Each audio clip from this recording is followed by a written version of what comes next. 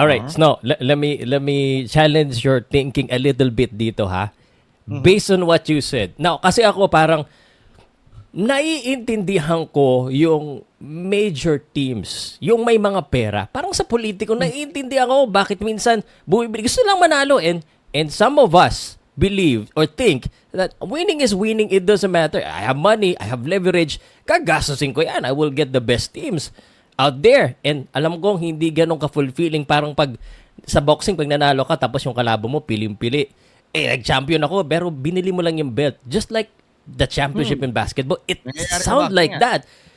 Pero ang hindi ko maintindihan, kasi itong major teams, naiintindihan ko, gasto sila. Sabi nga nila, hindi naman to negosyo para sa kanila eh. They're just, want to get their brand out. Hindi ko maintindihan, bakit laging nagpapalugi yung mga maliliit na teams? Ito ba ay nininegosyo nila? Kasi ang pagkakaalam ko sa PBA, ito ay, parang marketing mo yan eh. Dapat gastos dyan.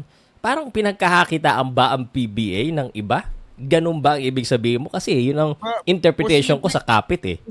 Posible kasing ganun eh. No? Posible kasing ganun. Di ba? Kasi sino naman nung may tamang pag-iisip ang magte-trade ng pinakamagaling na player mo kapalit lang mga laos na. Di ba? Ang dami nangyaring ganyan. Barako Bull, no? Air 21, nung araw. Kahit anong pagpapaliwanag nila, di ba, nung itinrade nila sina Danny Sigel, kapalit ho ng mga bata dati na sina Baclao, sina na mas tumagal ho ng siguro, mga sabihin mo na kahit hanggang 6 na taon. Tapos yung Sigel na pinalit nila, 2 taon, 3 taon na lang ho yung itinagal sa liga. Yes. Di ba?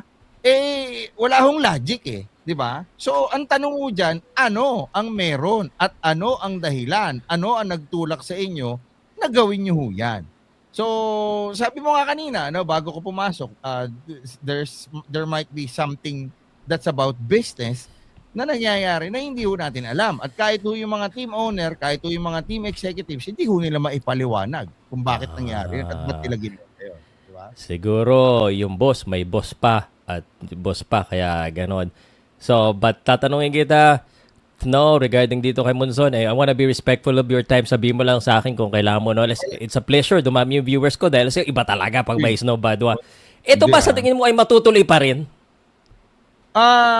Depende kasi ito. Ang pagkakaintindi ko sa Titan Ultra, they're on a transition phase. No? So, next year, no, sana, no, we can see a better them.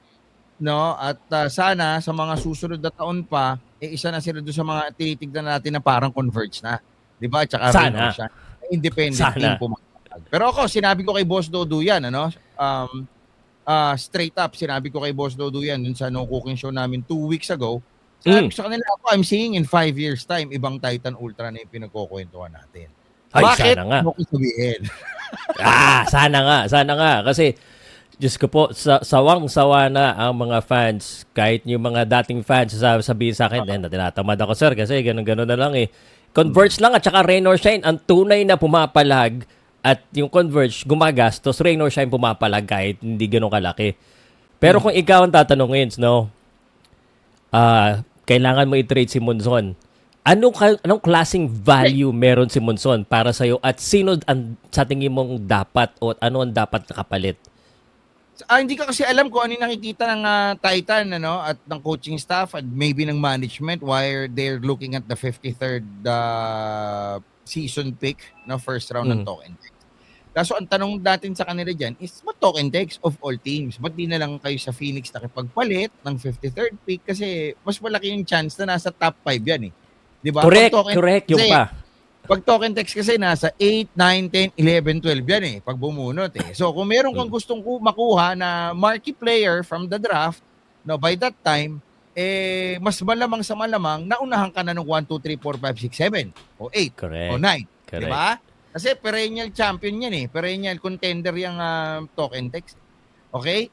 So and another thing, kung hahanap ka ng ipapalit kay Joshua Monzon, pwede kang tumingin doon sa either pataas na yung kanilang level o yung ka-level niya.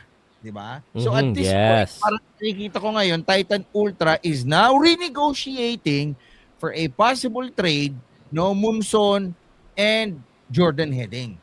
Okay? Ang problema lang natin dito, yung Jordan Heading, bababa po kaya siya sa 900,000 daw per month na kanyang sweldo. Di ba? Yun ang isa pang Huwag ka na nga problema. mag-real estate, mag-player ka na lang, Pao. Ganon kalaki yan. Yun na nga. Wala, may inakita ang boxing. Kaya ka nakikisingin ako sa basketball sa inyo. Wala. Bagsak ang boxing natin, nakakalungkot. Ano? Hindi minsan pag-usapan natin yan, different topic. Di ba? Yeah. Imbitahan kita ng and again, I appreciate your time here.